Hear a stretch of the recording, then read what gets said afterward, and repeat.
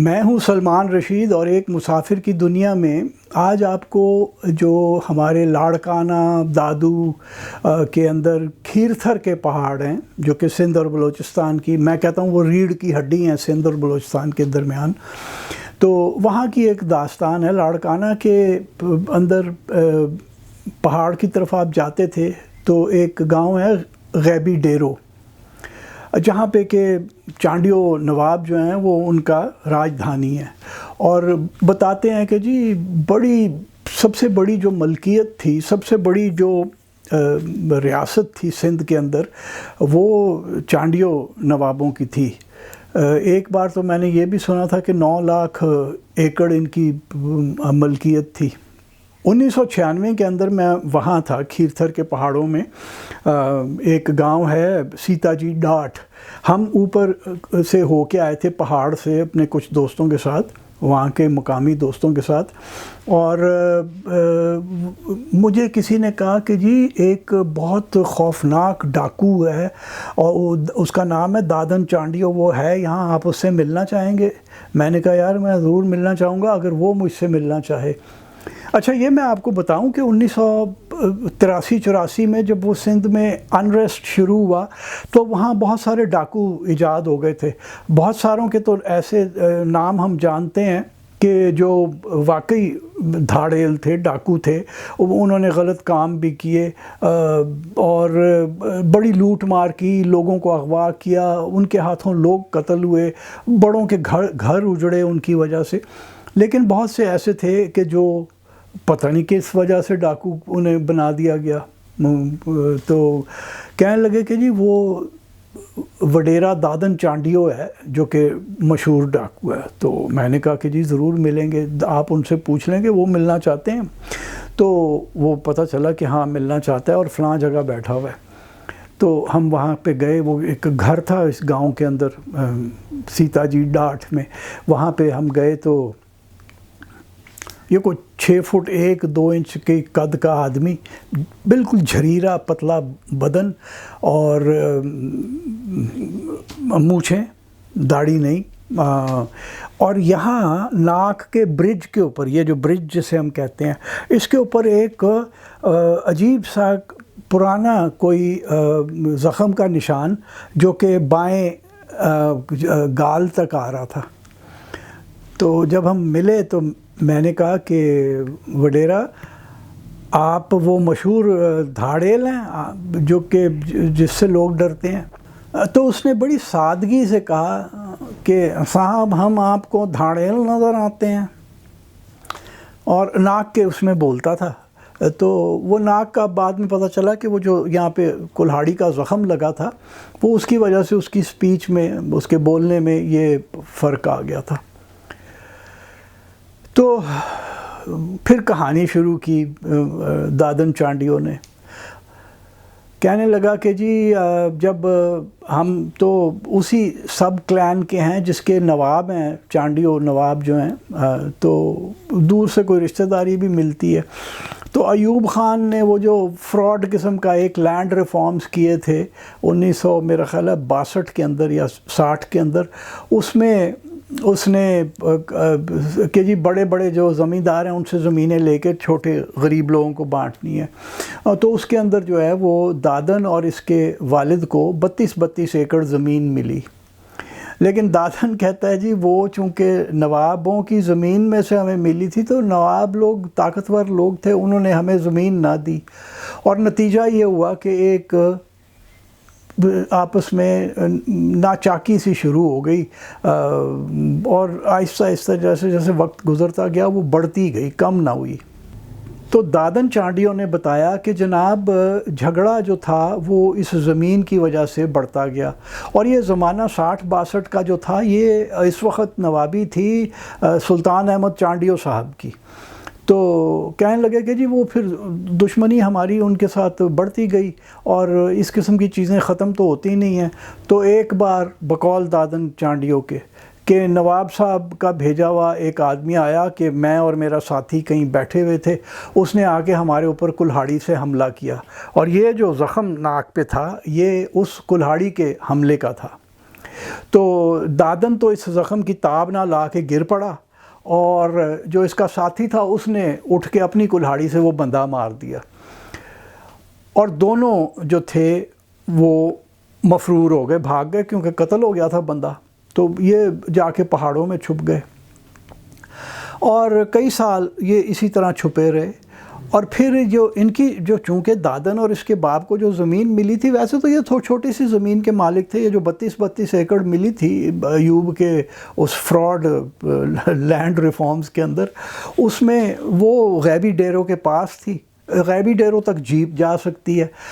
تو انہوں نے کیا کیا، دادن نے یہ وہاں سے نکلا اور جا کے پہاڑوں کی طرف ایک گاؤں آتا ہے لاکھے جا کنڈا، کسی وقت آپ کو وہاں پہ بھی لے کے چلوں گا۔ لاکھے جا کنڈا کھینجی ندی ایک ہے، کھینجی ندی کے بالکل کنارے کے اوپر بیٹھا ہوا ہے۔ تو اس نے لاکھے جا کنڈا میں جا کے کوئی 12-13 ایکڑ زمین خریدی اور اپنی وہاں کھیتی باڑی کرنی شروع کر دی۔ اب اس زمانے میں، اور جب تک میں 1999 میں آخری بار میں گیا ہوں وہاں، تو تب تک کہ وہاں پہ گاڑی نہیں جا سکتی تھی، گاڑی راہو جو آئیٹھو ایک گاؤں تھا، وہ وہاں پہ آ کے رکتی تھی، اور وہاں سے پھر آپ کو پیدل جانا پڑتا تھا۔ میرا خیال ہے کوئی 3-4 گھنٹے لگتے تھے لاکھے جا کنڈے کے۔ تو انہوں نے وہاں پہ جناب زمین خرید لی۔ اچھا، اس سے پہلے کہ میں آگے جاؤں، میں آپ کو بتا دوں کہ نوابوں کے بارے میں ہمیشہ غلط سی باتیں ہوتی ہیں۔ میں 2 نواب بھائیوں کو، سلطان احمد چانڈیو صاحب کے 2 بیٹوں کو بڑے اچھے طریقے سے جانتا ہوں، بلکہ ایک کا نام تھا علی نواز چانڈیو۔ علی نواز بہت بہترین اور پیار محبت کرنے والے آدمی تھے، اور مہمان نواز جیسے کہ نواب لوگ ہوتے ہیں۔ اور ان کے بھائی مشتاق چانڈیو، علی نواز صاحب تو فوت ہو گئے آج سے کوئی 20-22 سال پہلے۔ نواب مشتاق چانڈیو جو ہیں، ان میں بھی ہر وہ بات ہے جو کہ اچھی بات جو کہ نوابوں کے اندر ہونی چاہیے، فراخ دلی، مہمانداری، اور اس قسم کی جو اچھی باتیں ہوتی ہیں، تو مشتاق چانڈیو صاحب میں بھی وہ سب باتیں ہیں۔ بہرحال کہانی کو آگے چلاتے ہیں، تو دادن چانڈیو نے کہا کہ جی زندگانی گزر رہی تھی اسی طرح سے کھیتی باڑی کر کے، تو ایک دن کچھ لوگوں کو ہم نے پیچھے سے آتے ہوئے دیکھا وردیوں میں، اور وہ اس میں بندوقیں ان کے پاس تھیں۔ تو کہتا ہے کہ جی میں سمجھا کہ جو میرے دشمن ہیں وہ میرے اوپر حملہ آور ہو رہے ہیں، تو کہنے لگا کہ جی بس جو کچھ میرے پاس تھا وہ میں نے اپنا ہتھیار اپنے استعمال کیے، اور دادن چانڈیو کے پاس ایک AK-47 تھی، جو عام طور پہ ہم کلاشنکوف کے نام سے جانتے ہیں۔ وہ AK-47 تھی، اس نے ان کے اوپر وہ کھول دیا فائر، اور وہ کہتا ہے کہ جی 6 گھنٹے یہ چلتی رہی دونوں طرف سے فائرنگ، اور جب ختم ہوئی تو یہ تو بھاگ گیا پہاڑ کی طرف دادن، تو پتہ چلا کہ جی پیچھے ایک فوجی سپاہی شہید ہو گیا، اور 2 بیچاری غریب عورتیں لاکھے جے کنڈے کی بھی شہید ہو گئیں۔ تو خیر وہ اب جناب یہ تو بڑا دشمن بن گیا، تو اس کو پکڑ لیا گیا دادن کو، اور اس کو سکھر جیل لے کے آئے۔ اب یہ بات ہے 1983-84 کی۔ تو وہ کہتا ہے کہ جناب ہمارے اوپر وہ کیس چلا اور مجھے سزا ہوئی موت کی، اور بس وہ جیسے ہمارے یہاں ہوتا ہے کہ موت کی سزا بھی ہے، وہ اپیل اور یہ وہ کرتے کرتے وہ سال گزر جاتے ہیں۔ کہنے لگا کہ جی ایک رات ہم لوگ سوئے ہوئے تھے جیل کے اندر، وہ جو سارے جن کو سزا موت ہوئی تھی وہ کوئی 42 آدمی تھے، وہ کہیں ایک ہی جگہ کال کوٹھڑی تھی بڑی سی، اس کے اندر وہ تھے۔ تو کہنے لگا کہ ایک دم دروازے کھل گئے جیل کے، وہ دروازے کھول دیے گئے، اور بندے تھے، انہوں نے کہا کہ بس نکلو، بھاگو یہاں سے، غائب ہو جاؤ۔ تو کہتا ہے جی ہم باہر آئے اس کے آنگن میں، تو کیا دیکھتے ہیں کہ وہ جو دیوار ہے جیل کی، اونچی اونچی دیواریں ہوتی ہیں، کہنے لگا جی دیوار کے ساتھ ایک بانس کی سیڑھیاں لگی ہوئی ہیں۔ تو وہ انہوں نے کہا کہ جناب آپ لوگ کون ہیں جو ہمیں آزادی دے رہے ہیں؟ انہوں نے کہا پوچھو مت اور نکلو یہاں سے۔ اور یہ 1985 کے اندر جو ہے آپ کو یاد ہوگا کہ سکھر جیل بریک ایک ہوئی تھی بڑی مشہور، اور اس زمانے میں بڑی باتیں بھی ہوئیں اور اخباروں میں بھی ڈھکی چھپی لفظوں میں کوئی بات لکھی گئی، اور وہ یوں تھی کہ ضیاء کا ڈکٹیٹرشپ تھی، بات تو بندہ کر نہیں سکتا تھا، اور ضیاء کا ایک ہواری جو تھا وہ چیف منسٹر تھا سندھ کا، تو ڈھکے چھپے لفظوں میں ہوا کہ یہ جو جیل بریک ہے یہ کرائی گئی ہے تاکہ کچھ تو دادن جیسے لوگ بھی نکل جائیں اور کچھ جو جنہیں ہارڈنڈ کرمنلز کہا جاتا ہے وہ نکلیں، اور سندھ میں جتنی زیادہ سراسیمگی اور بدامنی پھیلائی جا سکے وہ کیا جائے کام۔ تو یہ دادن کہتا ہے جی انہوں نے کہا آپ لوگ نکلیں، تم لوگوں نے ویسے بھی پھانسی پہ چڑھنا ہے، بھائی تم لوگ نکلو، تم کیا پوچھ رہے ہو کون ہے ہم؟ تو یہ خیر دادن کہتا ہے جی 42 آدمی ہم سارے کل جو تھے نا سیڑھیاں چڑھ کے نکل گئے، باقی لوگ نہیں آئے۔ انہوں نے کہا جی ہماری تو 6 مہینے 2 سال 1 سال رہ گئی، ہم کیوں بھاگیں، مفرور کیوں بنے؟ یہ خیر دادن کہتا ہے کہ جی ہم نکلے اور جا کے جو سندھو دریا کے ساتھ ساتھ جو جنگل ہیں وہاں پہ چھپ گئے، اور کہتا ہے پھر راتوں کو چھپ چھپ کے سفر کرتا تھا، دن کو کہیں چھپ جاتا تھا، اور 4 دن بعد یہ لاکھے کنڈے اپنے بیوی بچوں کے پاس پہنچا۔ خیر اس کے بعد وہ اب پکڑ دھکڑ کا سلسلہ چالو تھا، تو یہ اپنا چھپا رہا، اور مطلب پہاڑ میں کبھی چلا جاتا تھا، وہاں سے پیچھے کھیرثر کی وہ گھاٹیاں نزدیک تھیں، جا کے چھپ جایا کرتا تھا۔ تو کہتا ہے جی اسی طرح سے زندگانی گزر رہی تھی، کوئی اچھی زندگی نہیں۔ تو اپنی ماں، 2 بیویوں، 2 بیٹوں اور 3 بیٹیوں کے ساتھ رہتا تھا۔ اب دیکھیے کہنے لگا کہ جی اس دوران میں یہ ہوا کہ یہ جب 1985 میں جیل سے بھاگ کے آیا تو یہ وہیں چھپا آ کے لاکھے کنڈا میں۔ اس کا ایک جو سب سے بڑا بیٹا تھا زیب، وہ یہ ساری جو ناانصافی ان کی نظر میں تھی، اس کو دیکھ کے وہ جا کے غلط لوگوں کے ساتھ مل گیا۔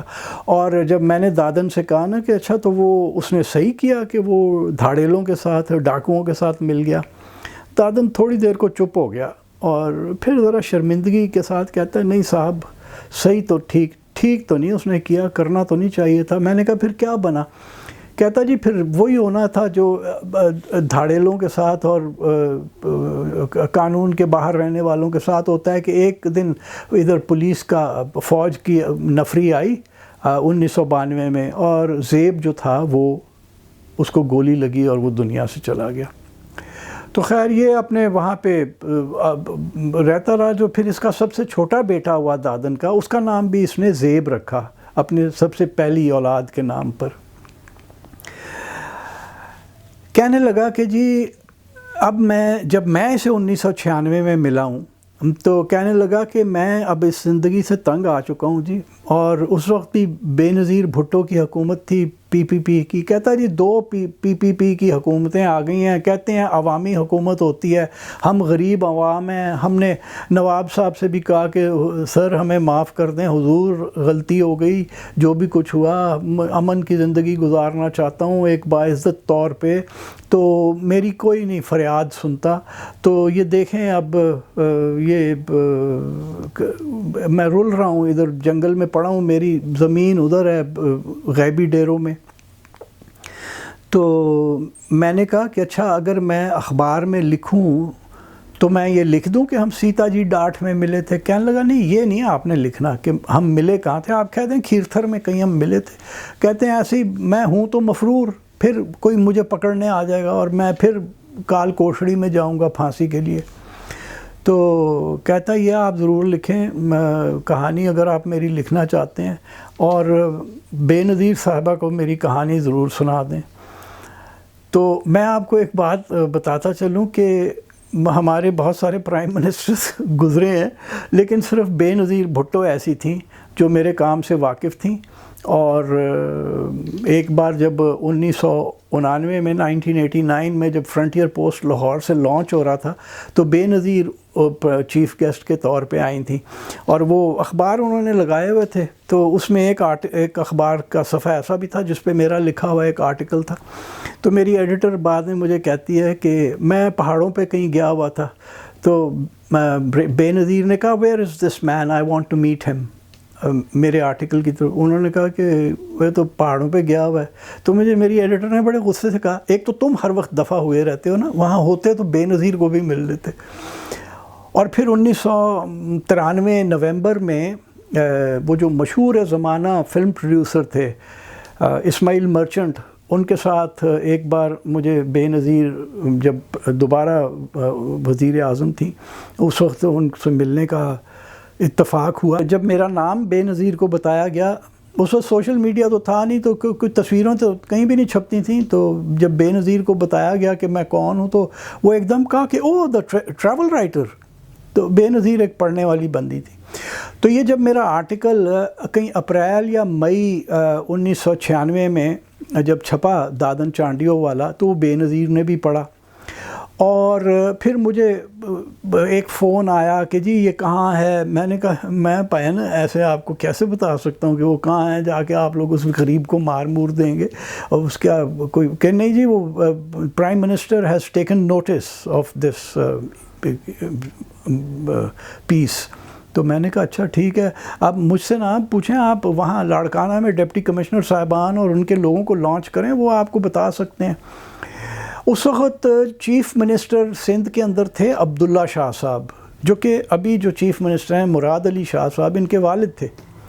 اور سنا ہے کہ کوئی پیش رفت ہوئی دادن چانڈیو کو تک پہنچنے کے لیے کہ جی وہ اس کی معافی تلافی کرا دی جائے نواب صاحب سے، کیونکہ سلطان احمد صاحب تو گزر گئے تھے، ان کا بیٹا جو تھا بڑا شبیر وہ اس وقت نواب تھا، تو کہ اس کے ساتھ صلح کرا دی جائے. لیکن وہ جیسے کہ سرکاری ہماری مشینری چلتی ہے، وہ جوں کی چال، جوں بھی بلکہ تیز ہی چلتی ہوگی، ہماری تو خیر خدا کا فضل ہے سرکاری مشینری پہ. تو وہ کرتے کرتے کرتے کرتے یہ ہوا کہ نومبر آ گیا 1996، اور بے نظیر بھٹو کی جو حکومت تھی وہ اس کو فارغ کر دیا گیا اور کام ختم ہو گیا. خیر میں 1999 میں دوبارہ گیا وہیں، پھر کتے جی قبر جانے کے لیے. پاکستان ٹیلی ویژن کی ایک ٹیم کے ساتھ ڈاکیومنٹری بنا رہا تھا میں. تو ایک دن جب ہم اوپر پہاڑ کے اوپر تھے کتے جی قبر کی چوٹی سے، ہم پھر کے نیچے ایک آبادی ہے تھوڑی سی، مکان بنے ہوئے ہیں جہاں پہ کہ سندھ سے لوگ گرمیوں میں اوپر جاتے ہیں اور سردیوں میں وہ ویران ہو جاتے ہیں. تو یہ بھی چونکہ اکتوبر کا مہینہ تھا تو نیچے آ چکے تھے وہ اپنے مال ڈنگر کے ساتھ. تو ہم صبح بیٹھے ہوئے تھے تو میں نے دیکھا کہ دور سے ایک لمبا تڑنگا آدمی چلا آ رہا ہے. تو میں نے کہا یار یہ تو اپنا وڈیرا دادن چانڈیو دکھ رہا ہے. تو خیر وہ دادن ہی تھا. تو میں بڑا حیران ہوا، میں نے کہا وڈیرا آپ کو کیسے پتہ چلا کہ ہم لوگ یہاں ہیں؟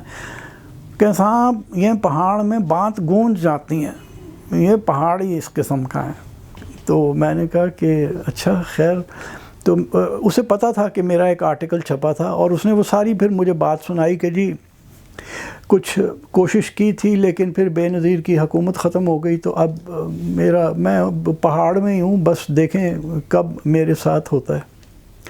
تو یہ بات 1999 کی ہے. اس کے بعد میں کبھی نہیں گیا دوبارہ وہاں، اور سنا ہے اب تو عام باہر کا بندہ جا بھی نہیں سکتا وہاں پہ، پتہ نہیں کیا بن گیا. تو پتہ نہیں اب وڈیرا دادن چانڈیو کس حالت میں ہے. میری عمر کا تھا تقریباً، تو 71 سال کا تو ہوگا. ایک بات جو 1996 کی جو ہے نا، جب ہم پہلی بار ملے تھے، وہ میں آپ کو جاتے جاتے بتا دوں کہ میں نے جب کہا نا کہ میں ضرور اخبار میں لکھوں گا، کہتا ہے ضرور آپ لکھیں، انہیں بتائیں کہ آپ اس خوفناک دھاڑیل دادن چانڈیو کو مل کے آئے ہیں اور ان کے دلوں میں خدا کا خوف ڈال دیں آپ میرے بارے میں. پھر چپ ہوا اور تھوڑا سا مسکرایا، کہتا ہے صاحب آپ وہی لکھیں جو آپ کے دل سے نکلے. تو وڈیرا دادن چانڈیو کی داستان تھی، پتہ نہیں اب غریب کس حال میں ہے، جس حال میں بھی ہو خوشی ہو